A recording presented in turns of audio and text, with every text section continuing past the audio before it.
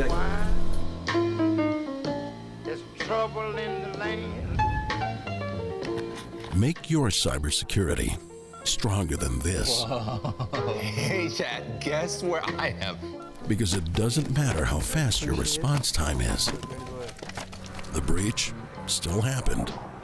The damage is done. Secure your data with ThreatLocker Zero Trust. You decide who or what gets in. Security. Oh, gotta run. Make sure to like, follow, subscribe. False alarm. Because a fast response isn't fast enough. Stop data breaches before they start with Zero Trust from ThreatLocker.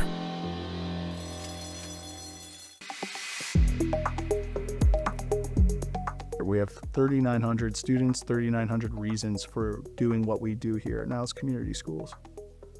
My name is Jim Tyler. I'm the Director of Technology at Niles Community Schools. The main challenges for any K-12 public school is that we have limited resources. We don't have enough cybersecurity staff. In many cases, we actually don't have cybersecurity staff. I am the cybersecurity staff. So the challenges we experienced in securing our environment was that it put the whole burden on our team for us to take care of all that, whereas ThreatLocker can step in and do a better job of that than we can in-house.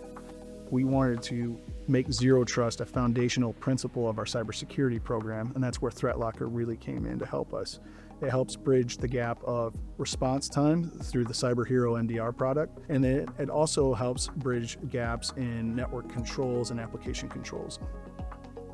We rolled out ThreatLocker. It was very, very easy to roll out, and we had no issues at all.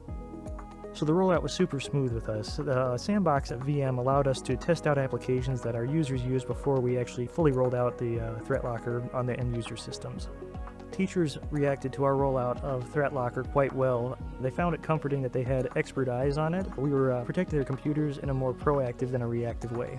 So ThreatLocker MDR alerted me in real time multiple times. So it was at about 11 at night on a Monday, and a user had been moved into a remote users group. Turned out it was one of my staff members just working late. With ThreatLocker MDR, it really feels like they have my back.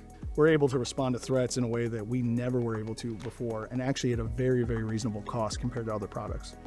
ThreatLocker has allowed me to reprioritize my time and not stress out about the end user computer. It is a great tool in K-12. ThreatLocker, I absolutely recommend to all K-12 environments, and really to all businesses. I think everybody should be using ThreatLocker.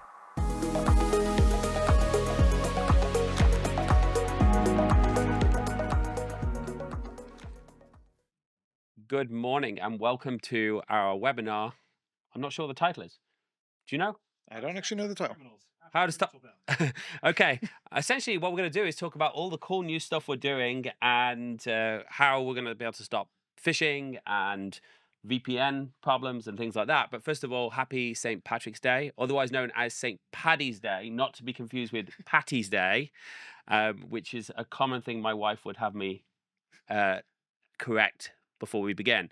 Now, a couple of things about being married to someone who's Irish is, first of all, you get the best Irish food ever: sausage rolls, brown sauce, bacon sandwiches. The worst thing about it is thousands of years of oppression from the British to the Irish, and I'm being held responsible. But I do have a t-shirt on, all the 4 seasons of Ireland, which is rain, rain, and more rain. Sounds about right. Yes. So, one more joke, I promise. Did you know the population in Ireland is exploding? I did not. In the capital alone, it's doubling every day. So we've got all of the Irish jokes out the way now, and we do not have our resident Irish person, Rob, with us today. So, Michael, you have to pretend to be Irish. I need a drink then. Okay. No alcohol in the webinars, apparently.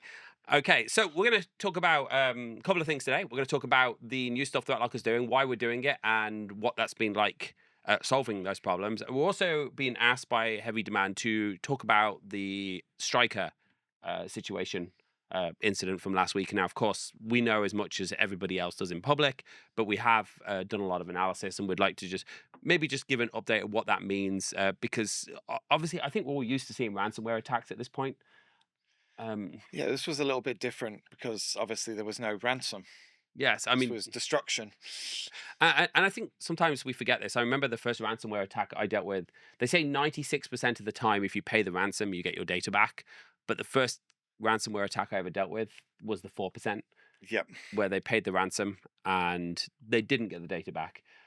Now, in this case, it wasn't ransomware. To my understanding, there was no ransom demanded. Essentially, it was just a retaliatory attack based on from Iran or Iranian sponsored or backed hackers, if you like. And I think what we know about it from public is mostly what the attackers have told us. So I don't know how accurate that is. There's a few anonymous sources, so a few leaks from within the companies that have said that the hackers have kind of exaggerated slightly. So the hackers said that they managed to wipe over 200,000 machines. Internal sources say it's a little bit closer to 80,000. So essentially, for those that don't know, Stryker is a medical company, medical device, medical supply company. And last week there was, from what we know publicly, there was an incident where attackers gained access to their systems and essentially remote wiped all of the machines. The hackers stated that they wiped 250,000 machines. Based on estimates, it appears to be closer to 80,000. Either way, it's going to be a bad day for the IT guy having to re-image those machines. Essentially, there was a few different parts to this. One is they appear to have got access to their IT management systems. Yes, so based on the reports that they wiped the computers and phones using potentially Intune. And there was some screenshots taken internally that they'd got access to vSphere, was it? vSphere and their backup software as well. And the backup software. Now, obviously, this is... we're hopeful that there was no data stolen, that they have claimed data theft, but there's been no evidence to that. Typically, in a large company like that, the egress alarms tend to be a little bit more sensitive, so data theft would at least warn somebody that something was happening at that kind of scale. But I think what this shows is we see IT tools all the time, all the time being one of the biggest areas. And when we think about ransomware, we think about cyber attacks, the attackers will often want to go after your IT tools, because if you get a user to open a piece of ransomware, and it's worth noting that you don't have to be an admin to run ransomware, it's going to encrypt files, it could encrypt file servers, and that's obviously very painful for the company. But if they're able to get into the IT systems where they can, whether it's Active Directory, Intune, or some of the things like MSP tools, then that becomes a lot worse, because now you're having to deal with catastrophic results as opposed to just one user encrypting files and uploading data on their machine. Is there anything else? And I'm afraid we don't know much more than there is public. Obviously, we've done a lot of reading, but I think anything else on the... It's mostly speculation, but apparently when they wiped the phones, they also wiped the eSIMs a lot, so people couldn't use their SMS for 2MFA to get back into their accounts. So they couldn't even set their phones back up. Yeah, it seems... I don't really think about your phones. Obviously, computers were used to being attacked, but phones being wiped is definitely something we haven't seen. I haven't seen before. No, me neither. I suppose one of the other questions is, what can people do to protect from this type of attack? I think, first of all, when you've got a nation state going after you, that's serious, and you have to make sure you're preparing very, very effectively. But again, I think you could look at this attack individually and you could say, well, how could we have stopped them getting in? And of course, we don't know how they got in, but if they're gaining access to vSphere, it's probably either VPNs or someone ran some remote access tools, open ports on the internet, but making sure, VPNs are shut down where they're not needed, open ports are shut down and aggressively controlled, software is restricted.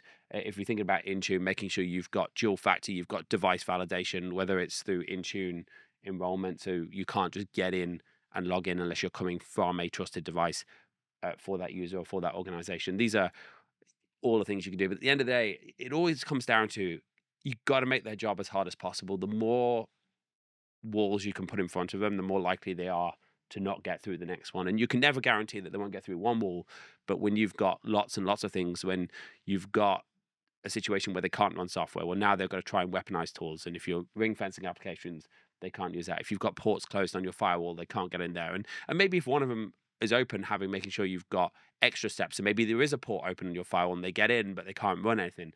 Make their job as hard as possible is the best thing you can do to protect from these environments. And we hope that Stryker make a full IT recovery, if you like, and the damage is not too long term. And just to remind everyone that while we see big news organizations love to print about large companies being hit, small companies are most of the attacks that happen. Small, medium-sized businesses, they just don't make the news cycles.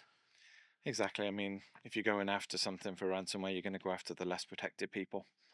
And that's easy. And if you get a smaller company, just because obviously we see Stryker, 250,000 endpoints, you think, well, that's a nice big juicy target. But the reality is this one isn't even a ransom target. Okay, so now on to the new stuff. So I think, I mean, despite it being one of the hardest projects we've worked on in ThreatLocker, Understatement. it's an understatement. We went into a room, well, we went into a project, well, it was 2 years ago first, and then we really buckled down just a little less than a year ago. And so how do we solve this problem? And there was two separate projects actually trying to solve two separate problems, because we know that we can stop untrusted software. We know that that's very easy to do now. But the two big problems we were trying to solve was, the first one, phishing. And I talked about this on stage at Zero Trust World. We have our pen tests that happen all the time in ThreatLocker, and we recently renewed our FedRAMP. And part of the pen test is we have to, part of the audit is we have to get a pen test. Now, we do internal pen tests that are pretty aggressive all the time. And we also do pen tests for our audits. And, you know, I always think there's compliance and there's security. And compliance is about meeting the requirement for compliance, and security is about actually not getting hacked. So I'd agree. but I think in this particular case, someone forgot to tell the pen tester that this was the compliance pen test. And to do our FedRAMP renewal. And there was an internal pen test, and there was a number of tools used. But what's interesting is, essentially, there was an email created that allowed an attacker, that looked at information online. Everything was public, registered a fake domain, which was like ztw-threatlocker.com, and sent an email from our director of events to various engineers in ThreatLocker who were speakers at ThreatLocker, asking them to download their slides from a SharePoint site.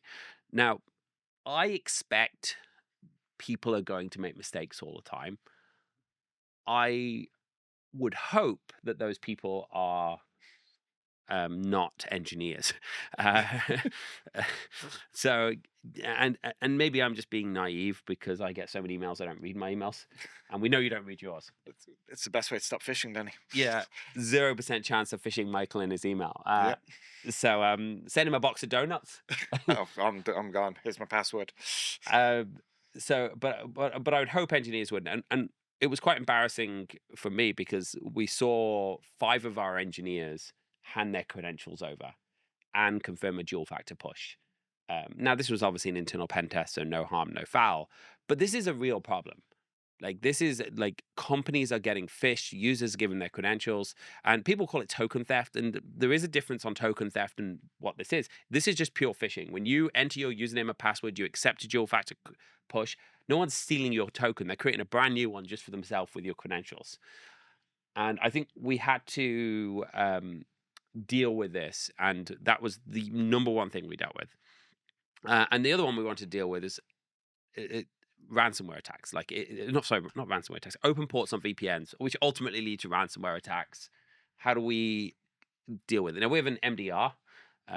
Quite often we call them the configuration police. Yep. And they monitor servers 24 hours a day. And there's really only 3 or 4 common real hits that they get. I think the first one is someone's not secured. They haven't locked down their machine. Yep. So they'll get some false positives and they'll triage those and put them to bed. But the second one, I think, is you'll see someone gaining access to a remote admin tool. Back to those IT tools. And this... Wonderful conveniences. Yes, and the other two, and the most common two, well, I said not necessarily the fourth one's definitely the common, is VPN. Someone gaining access to a VPN and then logging into a server from a local address, and the fourth being the most common, which they easily do multiple times every day. Someone got into somebody's account and starts forwarding emails out of it. Yep. And that is by the most common attack we see. So I think we started talking about solutions, and we have this thing in ThreatLocker. We do not like to go out and say we want to build a application control solution. We want to build a web control solution. What we want to do is go out and say, this is the problem. What is the best way to stop this problem from being real? So, I mean, we even discussed training, but Well, I do have a question from somebody who has asked, would a YubiKey have prevented the engineers from falling for the fish? the answer is yes and no in in the same statement. So, a YubiKey will only prevent if the only way you can gain access is through the YubiKey, and because then the YubiKey wouldn't pass through. It can't pass through the fake website if it's configured properly, but it wouldn't. th- So long as the engineer has a mechanism of approving a dual factor, then it can still happen. So now the nice thing about the YubiKey is it's a physical thing you have, but it only works when you take away other access. And I don't think I've ever seen a YubiKey used on a phone. No, I haven't seen one used on a phone. I do see them left in computers a lot. Yeah, and now we have the thumbprint on them, which is a little bit better. Yes, Because the old ones you just leave in your computer, someone gets onto your computer, and then especially the little micro ones that you don't even notice plugged in. so having physical hardware that required to log in is really useful. With something like an Office 365 account, it tends to be a little bit more difficult because it's on your phone. And it's also, of course, you access it from your email and other methods too. And we have for a long time in ThreatLocker only allowed login from unjoined hardware plus iOS devices because not everyone is unjoined. And this was a big problem we had to solve. It's like, if I can take away now training, you can't fix people. You can try. Um, you, Definition of insanity, I think.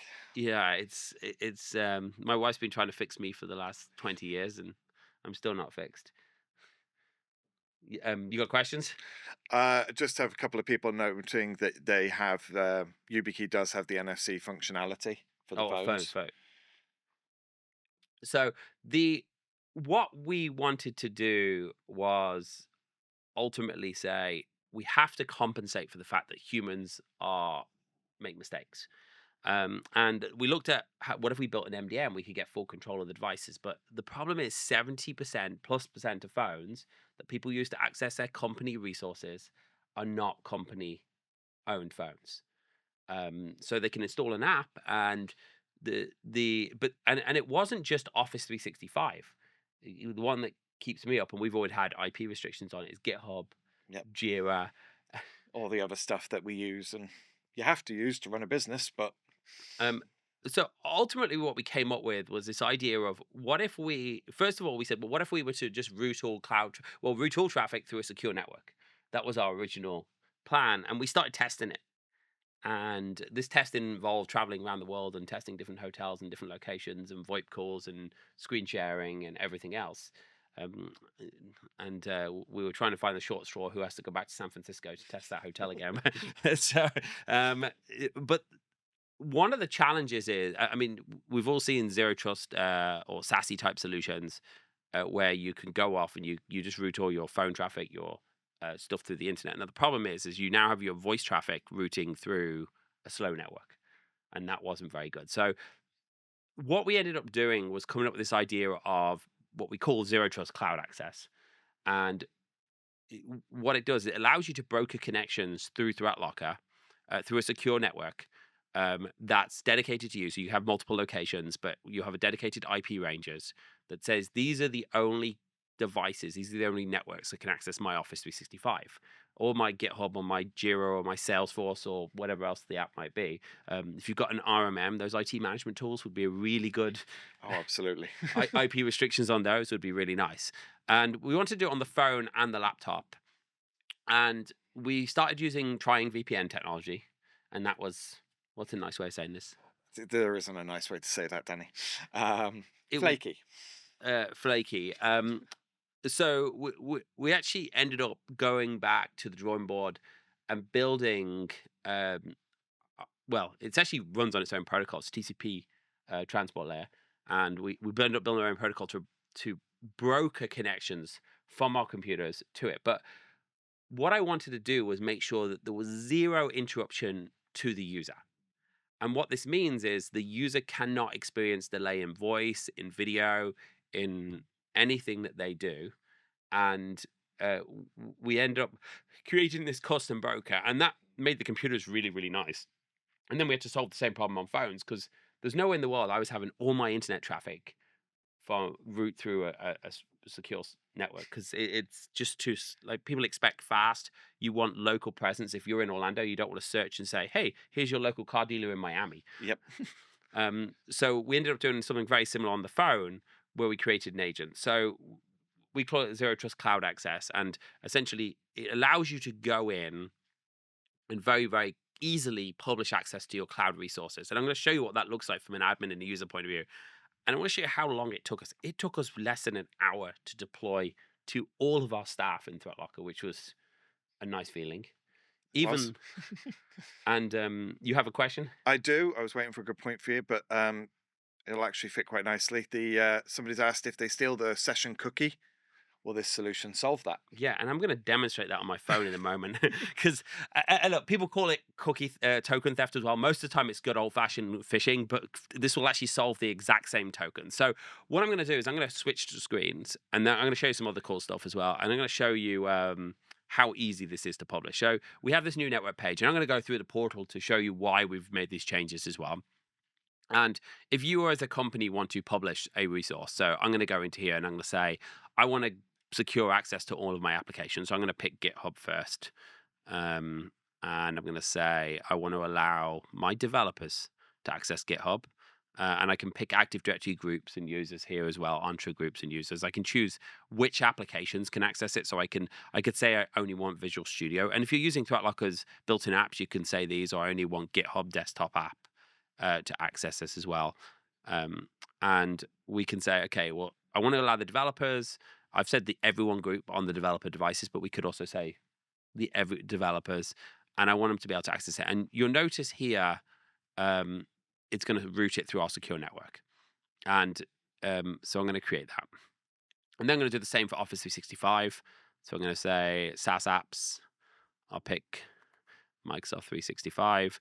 Gives you instructions as well. So what we're doing here is setting up a policy that allows you to access something through the secure network. And as soon as you do this and hit deploy, it will, the agents, you don't have to do anything different on your computers. It will automatically route that traffic through the secure network. And the second stage is, hey, how do you actually make sure that you can only access that? So we've created instructions for different products and different vendors. So you can go into here and you can say, I want to access this through the secure network, and it gives you all the instructions of what to do in Microsoft. So while you're on the policies there, somebody's asked if we're able to specify custom SaaS locations. Yeah, so you can pretty much do anything you want. The list we see here, this is the list that we've created that is static, but you can add your own SaaS locations as well. Now, here's the thing. One thing that's required is the ability to limit the source login from, or the source access from a specified IP address. And you get your own dedicated IP ranges as a customer. You're not sharing with other ThreatLocker customers, which is nice.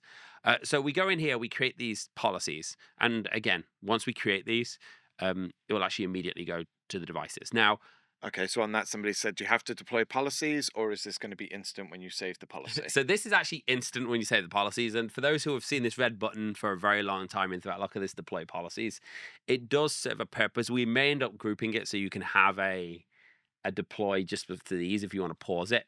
But this is we put this deploy policies button in a few years ago, and the idea is if you're making 50 changes, you don't want to do them all at once. We've got much more better incremental changes, so when you do things, it only downloads the incremental updates. But in this case, you don't need to deploy policies, which is an odd question. People don't like the red button. Somebody has asked if it is, sorry, this is scrolling a bit crazy, like if our solution is like Total or Control One. I do not. First of all, I spend very little time figuring out other solutions, but what I understand about some of those is that they're routing all traffic, and this is where it's really, really important. We only route exactly what needs to be routed, right down to the protocol, and it will definitely solve the same problem as some of those other solutions, but it will not. But I think what we're trying to do it is a slightly different way. Now, I want to show you on the case of cookie, because this is how easy that was to set up I want to publish these apps to these users. I'm going to plug in my phone here. And while you're doing that, a couple of other questions for you. Does this work with government clouds? Yeah, so we have this. This works with pretty much anything that can do IP restrictions, and we have this in our FedRAMP instance as well. So if you're a FedRAMP customer, you can have access to this. So I'm going to go here. I'm going to show you. This is an app you have on the phone. Now, there's two ways you can do this. The user can register, download the app from the App Store. They can scan a QR code. You can send them an invite code, and they can register. And then you approve the device. And I'll show you how to do that in a moment. If it's their personal phone, if it's a work phone. You can push it out through an MBM, and it takes a few seconds. So which answers another question. It's very, very easy to do. And when you push out through the MDM, you have options to force web filtering an app through it, or you can just say, I'm just going to allow the user to connect and disconnect as they feel fit. So here I have access, and I'm just going to open my email, and I'm actually going to stick to my calendar. And because you learn. I learned my. So in fairness, we had a demo phone at Zero Trustword when we announced the product, and for a few minutes, and someone decided to reset the phone that morning. I guess someone had been doing a lot of testing. They didn't want that internet history to show up. For me, it was still the previous day, but yeah. I may have wiped the phone because it wasn't working. Oh, it was you? Yes. There you go. Oh, did you not know that? No, I didn't know that. I was blaming someone else. So I go in and they're like, install the app before I get on. And it takes 3 or 4 minutes to install the app. So then I go in to open the email. I was like, Outlook's not configured. But I'm on here. I'm on my calendar. I'll scroll all the way down to the webinar here. And then we can see what's going on. Now, I have a token. So Outlook's got a token. The web browser's got a token. It doesn't really matter. If I now switch to the ThreatLocker app and I hit disconnect, now, once I connect to this, I can reboot, I can update, it's always on. But what's nice is it's only routing what needs to be routed, not everything through the app. So if I go to what's my IP, I'm going to see my local IP. If I now go back to my calendar, you immediately say I need to sign in again. When I try and sign in, it's going to tell me I don't have permission to sign into this app because I'm outside of the company policy. If I go back into the ThreatLocker app and I reconnect, it requires Face ID, and go back into here, and I'm immediately signed in again. So I don't have to sign in, doesn't have to do anything. It says, okay, you're now within policy, you're now without policy. So if someone stole my token, and we tested all this, let me click on sign in. There you go. If someone stole my token, then it doesn't help them because they won't be able to use anything. If someone phished me, I mean, I'm not going to do what Mr. LifeLock did and paste my username and password on the side of a bus. But if I did give you my username and password and my dual factor push, you still wouldn't be able to get into my email. I hope, unless Microsoft's got a bug, and then we're in trouble. Now, what's really cool is this is actually going only routing exactly what needs to be routed. So I can literally be on a Teams call and it's completely seamless. I don't have that interruption because we're able to select the exact protocol. Now, there's a couple of things on the phone. We do have a VPN connection, but the VPN connection is actually about specifying network rules and not actually routing the traffic through the VPN, because we use proxies and settings like that, and that's required on the iPhone. On the computer, we don't even need that connection. Okay, what have we got questions so far? Got a few questions, some of which I'm just going to answer straight off. So somebody's asked about the public IPs, if the IPv4 or IPv6, both. Yes. And your IPv4 address is nice and easy. Your IPv6 is 2F something : : : Yeah. Good luck in remembering that. I remember the internal one now. I've typed it enough. Somebody has asked about isolating their bank account. That would require.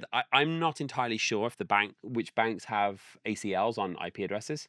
It would be nice. So it'd be anything you can lock down by IP, you can lock down with this system. You could definitely choose to route it through it. So if you're on a public network, you're saying I'm going to broker it through this connection.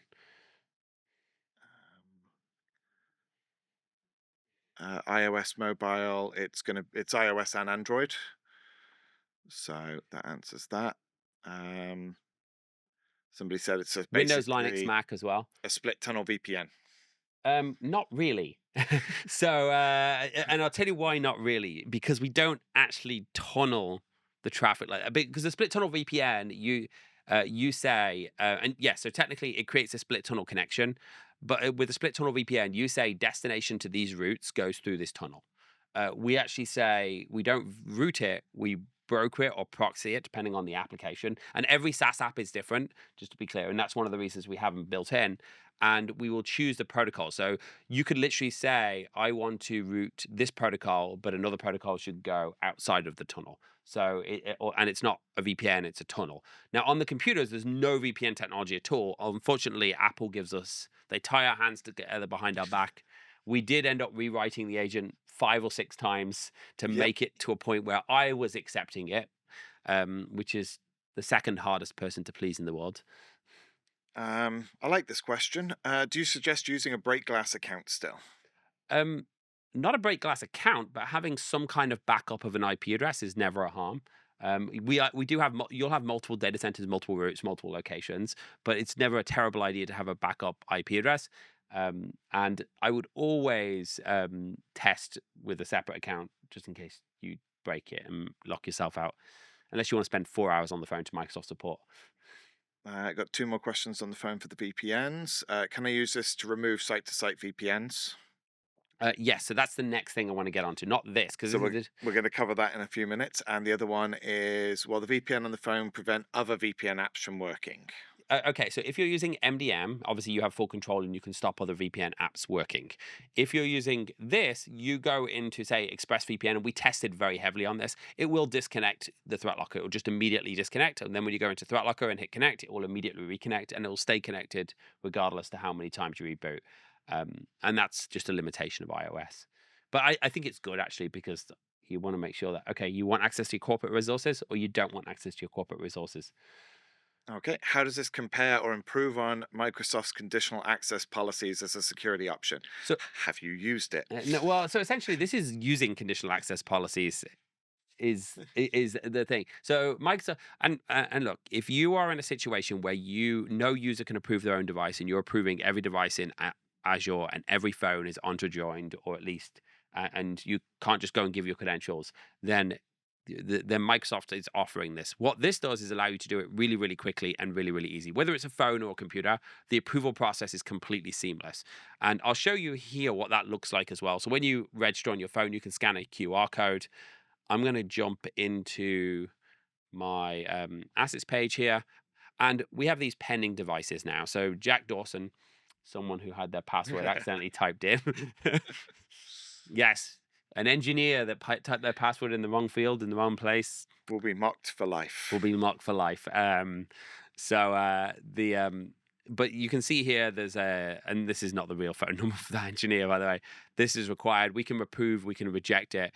Once the phone is approved, it will show in the mobiles here, and we can literally just block that if we want to as well, and if it gets revoked. So it's very easy. It takes a few seconds to actually onboard a user, and it integrates with web control. We're not going to talk too much about that, but if you're using website filtering, if you want, on the corporate devices you can filter, on the personal devices you can filter while connected. But it's worth noting, obviously, if they disconnect on the personal device, they have the right to do whatever they want. But if they want to access their email, they're going to monitor their internet. If you want, that's an extra choice. So they can't go on the gambling sites while accessing their work email. Okay. Before I get into the next thing, do you have any more questions? Yeah, I'm struggling with the questions. It keeps flicking on my screen here, so I apologize. A few people have asked. I keep seeing quite a few of the same things, different things that work and don't work with this. If it can be locked down by an IP, it will work. So I saw Google Workspace in here. Yes. Google Workspace, AWS, QuickBooks, all of these have restrictions. The only one that surprisingly didn't, that I can find, is Slack. Oh, which surprises me. Really, really strange that Slack wouldn't have the ability to do that, or at least they haven't published it. Okay, so now The same is from your computer too. So if I'm on my computer, it's completely seamless. It automatically routes the exact traffic that needs to be routed. You can choose application. I was doing some really cool stuff where I was messing with. We had a new network guy start, and I was having some problems with some stuff before we went live, and he started saying, I was like, just everything you've forgotten about networking, just forget. Because you can do some really cool stuff. Like if you want to access a server by its local IP address, even though there's no VPN, if you go to ipconfig, you just see your one NIC at home. You can type in the local IP of your server as if you're on the network, or you can type in the host name as if you're on the network. It's completely seamless. The other thing I was doing is like, if you go into Firefox and go to what's my IP address, it shows you one address. If you go to Chrome, it shows you another address, which was just fun. So you can get right down to the application, the protocol, and everything else. And it's the same thing, whether you're publishing GitHub. In this case, I've only allowed Windows computers. I've said which apps, although I said Visual Studio for the Mac, which was interesting, and GitHub for the Mac. Oh, that's nice. So just the Mac people who can use it. Yes. Sweet. Rob will be very happy. Yes, and the rest of the devs can take the day off. There's no Mac lovers here today. I'm sure there's some in there. In We the have chat. iPhones. So if you didn't get to see the product launch, we did a really cool trick when we launched this, because we accessed a Windows machine from a Mac, and we put a background of Rob with wearing his I Love Windows t-shirt. I want that t-shirt. It's a really he did not know we were putting that on the background of the computer, which was funny. Okay, so that's the first thing. The second thing is I want to spend a little bit of time on some of the other things we've done, and this is still in beta, so we're making some adjustments. But we've, it's funny because I remember when we first built ThreatLocker, and we just had a whitelist in. It's like there's nothing on the screen, and we were almost artificially creating buttons so the screen didn't look so empty. And now we're in this situation where it's like, where can we put everything? There's so many options and so many configurations you can do in ThreatLocker. So we've been working on really a new structure of the menu, and I'll explain why we've done this. So first of all, we have this homepage. The homepage gives you the ability to, first of all, see what time you're using in ThreatLocker. We are working on this, so if anyone says this was too aggressive or not aggressive enough, I'll let you know how we calculate this. So we'll Only show 14 hours, you're slacking, Danny. in the last 30 days as well. And this is on my demo account. But the what's interesting actually is the amount of time approving is a lot less than people think. It's normally the smaller chunk on there. For me, it's mostly network because I've been working on testing this. But this shows us how much time we're spending in ThreatLocker. So if you've got engineers that say they spent 20 hours a week, you can go in and see what they did.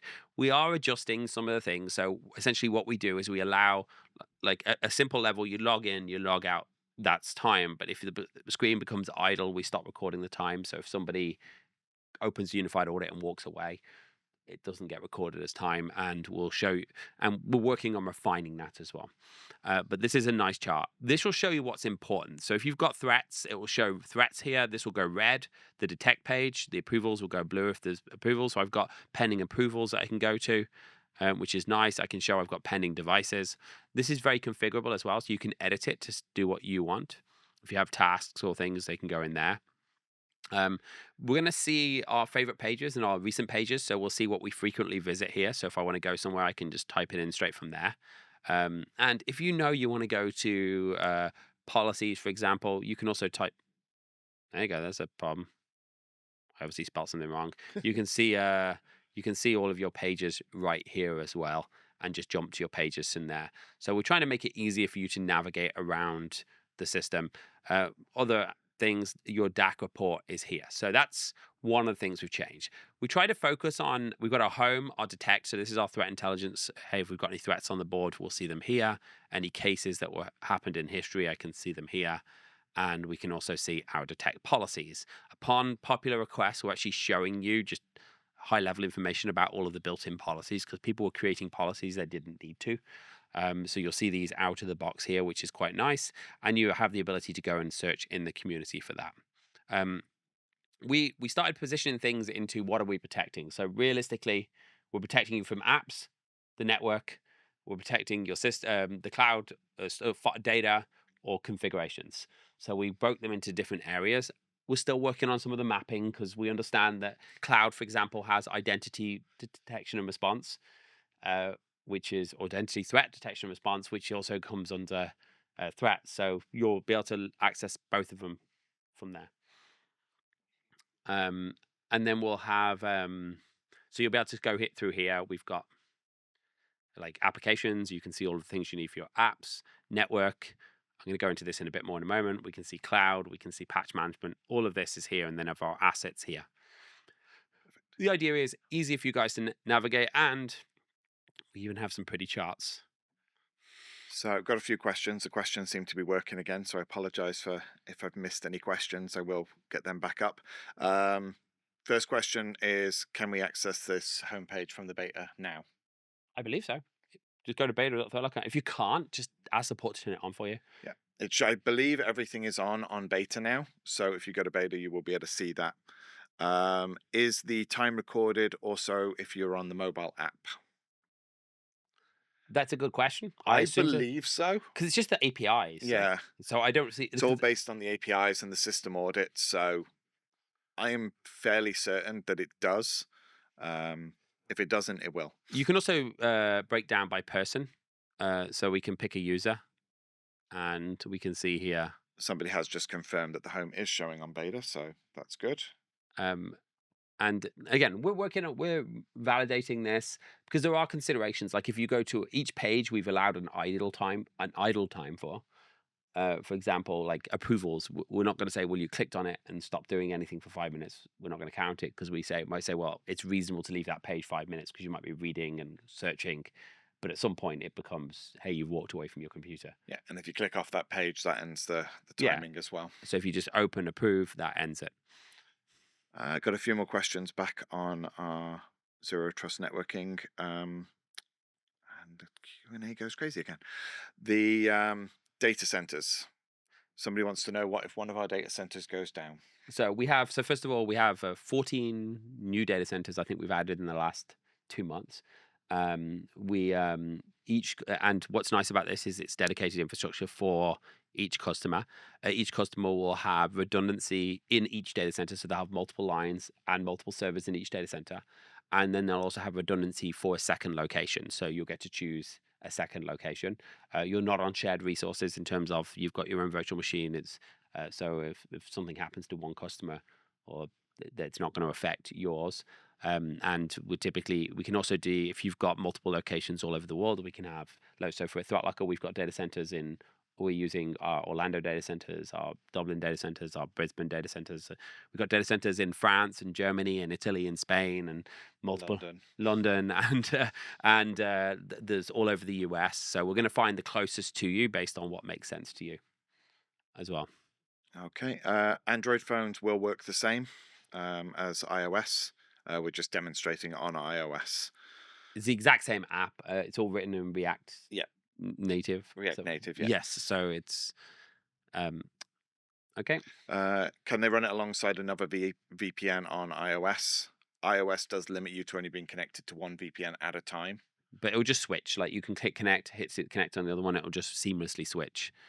We've been testing that a lot to make sure it's completely smooth. You can also choose you can choose to route more through. So if your purpose of VPN is for business purposes, you can just say, well, I want to route this business app through it and this business app through it and this business app through it. So your stuff isn't being monitored as well. I use the word route. We're using brokers because we're essentially tunneling over a TLS on TCP, not routing like you would traditionally. There is a question saying, can I answer the Intune question? That I can't find the Intune question. So if we can get the Intune question again. But I know we answered one. It can be set up through Intune or any MDM, and you deploy to your phones with all the settings to connect to the VPN. And don't forget, it's not just phones, it's also computers. I may have actually found that question. And that is, I think I've just answered it as well. They don't see a KB on that. There are some KBs on this already. Some are still being produced. It's also coming into the university. So you'll be able to see in the university how to set things up. But for the individual MDM deployments, they may follow the other KBs. I want to move on to the next part of this, which is we need to get rid of VPNs. We need to make sure ports are closed on company firewalls because it's a big problem. And we also need people to have seamless access to what they need from home. And all those Mac users need to be able to connect to their Windows machine remotely so they can do their real work. So, okay. So we also, now, when we did this, we changed it. So there's a couple of things you need to do if you're deploying this. If you've got legacy web control or legacy policies, they'll still show in here on network control. But we changed the way this works. And the reason we did this is because we were getting customers frustrated that, hey, they're blocking outbound 443 and they're blocking gambling sites, let's just say, and then someone wants to go to Bet365 or Paddy Power, so it's Patrick's Day, and they keep they permitted it, but it's still being blocked because they're also blocking outbound 443. So we integrated all of the policies, so they're now like in this flat structure. So you don't have to think about, oh, I've allowed this website, so this is now at the top of the list. It doesn't matter if something's underneath that, it's blocking it. I've allowed this network. So all of these types of policies are in one list and they run top to bottom. The other thing that was quite frustrating for people was, how do I access one device to another? And it surprised me how often this was a support ticket that somebody saying, well, I want to access our terminal server in the office. How do I do that? And we would say, well, you need to create a policy on your terminal server to allow access inbound on 3389 from that device. And then you need to create a policy on your workstation to allow outbound. So we kind of made that a lot easier. And we really came up with this extra, so a couple of things. If you've already got network control, you're going to get this. You're going to get the custom firewall policies. And if you've got web control, you're still going to have access to this. So, but we changed the way that our internal communication work, or at least added this way, where you can now go in. It's a lot easier. You go and pick your service. So you say, I want MySQL or Microsoft SQL.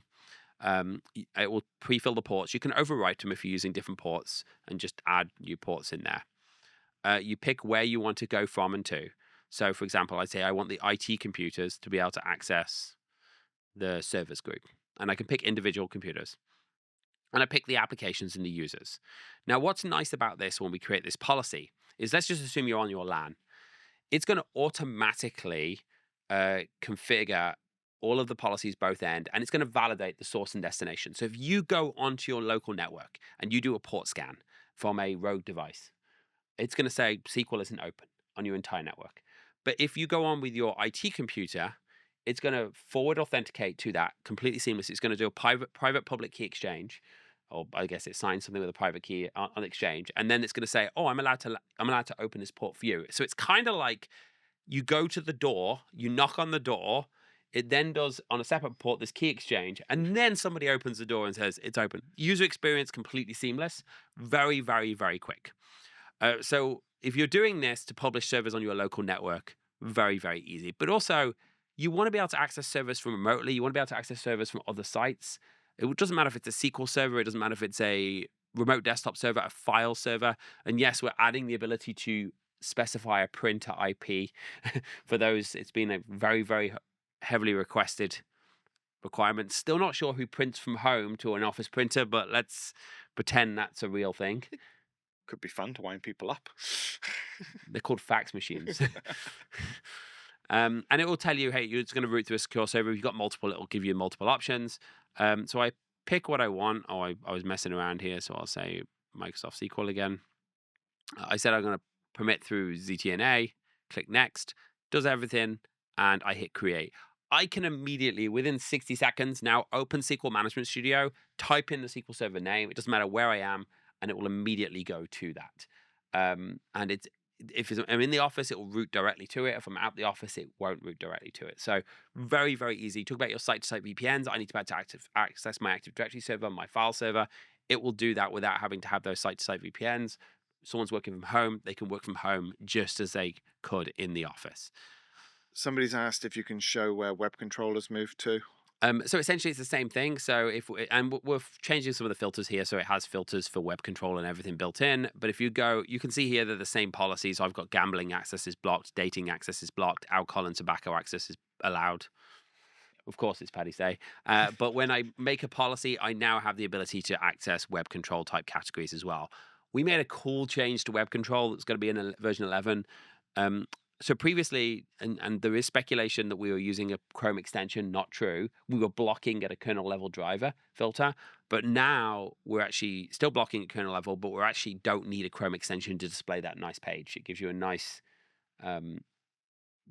this has been blocked page. It's very instant. You don't have that, hey, we intercepted the block. We realize this. Do you want to request access? So that user gets a much faster response. But we can go in here. And again, these are all turned on by default.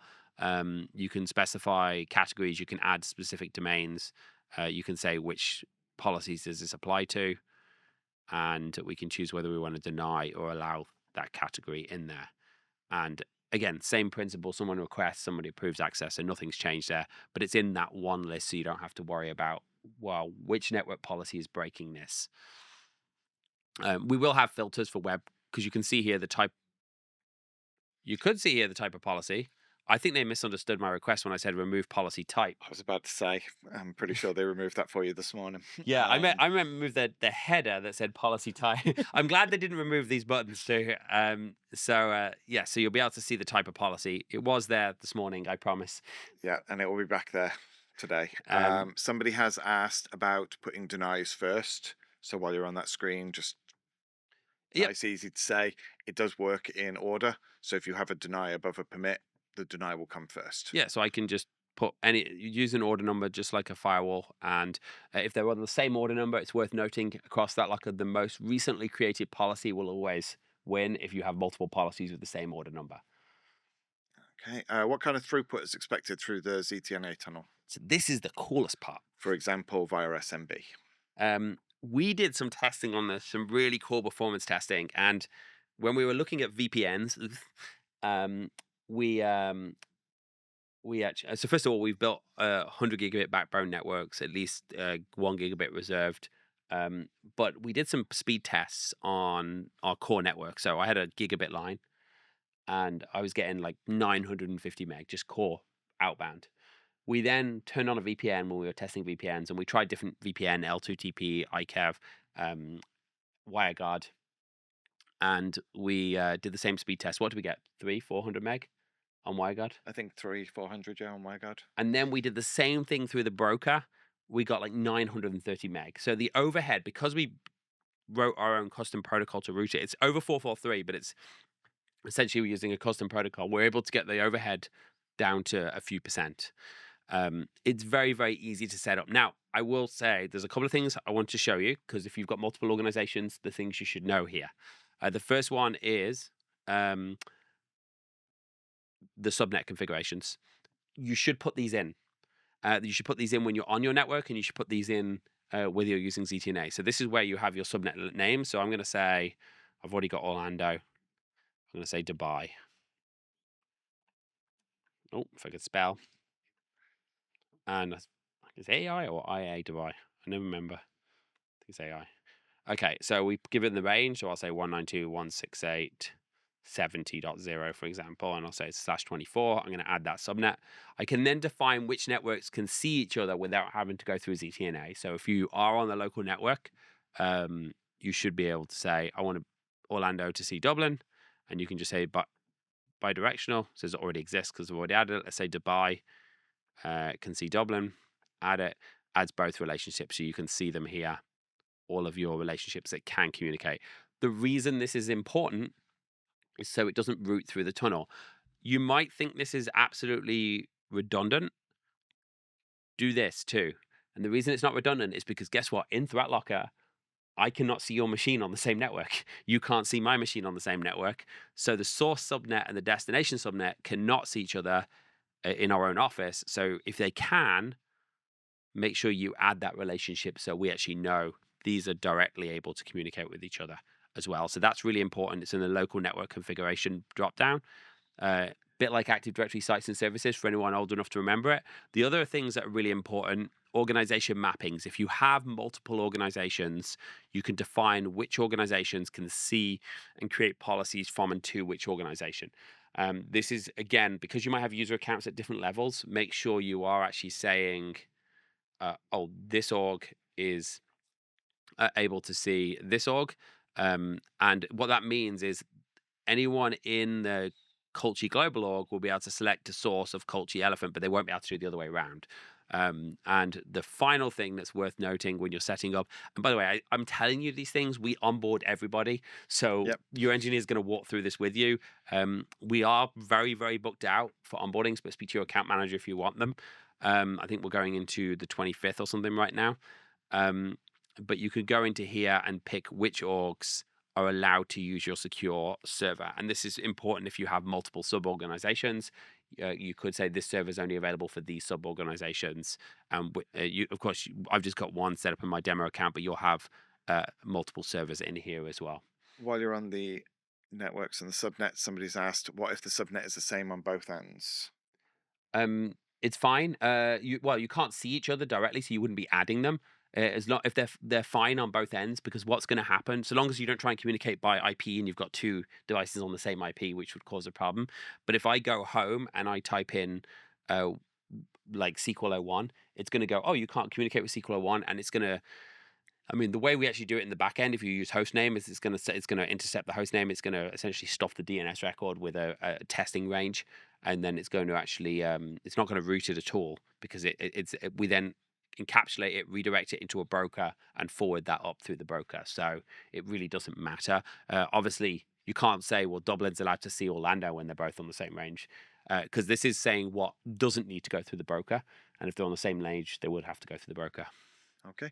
Does the new ZTNA tunnels meet FIPS 140? Yes, they do. Everything is over TLS 1.2 or 1.3 for the ZTNA. I saw a couple here. I'm sorry, but the questions and bouncing back and forth. The request page for the web control. Somebody's asked about the Firefox. Yes, with the switching to the local, Firefox will now have that. Yes, that's correct. I didn't know we didn't have an extension for Firefox. Neither did I until questions came in saying, will we ever get that pretty page?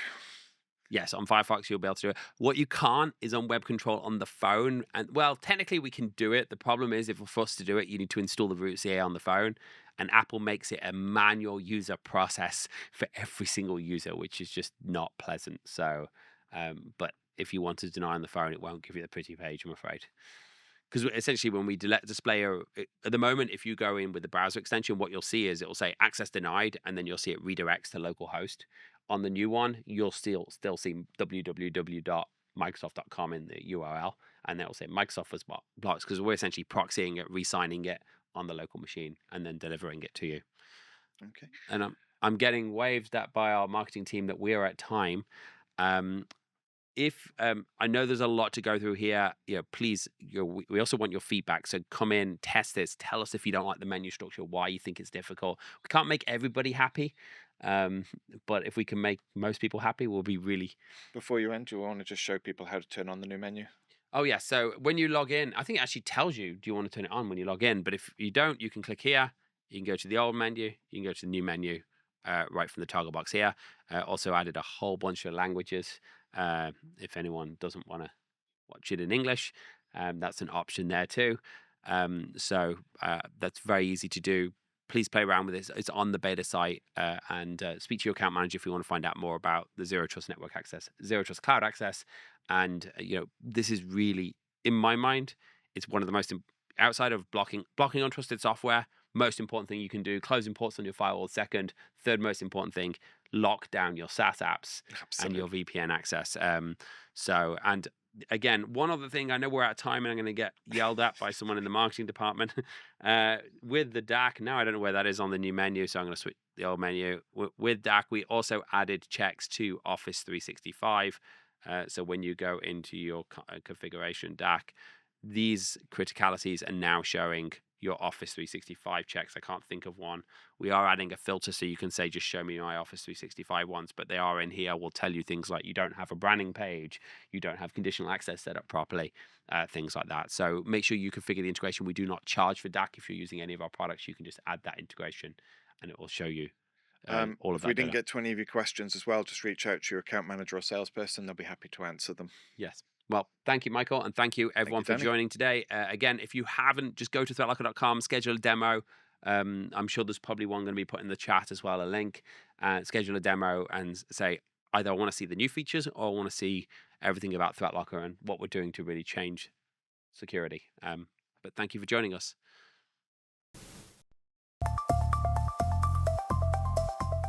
When we build product, when we think about delivering solutions, we have one mission. And that is to change the paradigm of security from default allow to default deny. It's been great fun. I think the labs have gone down really well. The speakers have been well received, and it's really great to hear from our customers, get to speak to our customers and see what they think about ThreatLocker and how things are going forward. We learn a lot of different information here, whether it's hacking labs or the way to sell cybersecurity. That's why I come back, because it's a wealth of knowledge. You have all these vendors with new ideas, new services. I mean, I love it. Definitely talked with a lot of different MSPs and different end users, how they've implemented ThreatLocker, found a lot of different ways that I can enhance what I already have in place. And then also the breakout sessions, I've learned a lot of different things that are coming down the pipe that I can enable or configure. If you did not pass, do not take it to heart, do not take it personally. It is a hard test to make sure you know what you're doing with ThreatLocker. For those that did pass, congratulations for all the hard work and effort that you put in. We are all a community. We all need to work together and reach out and support one another. And I think it's really special way of networking and seeing people that are in the same situations we are.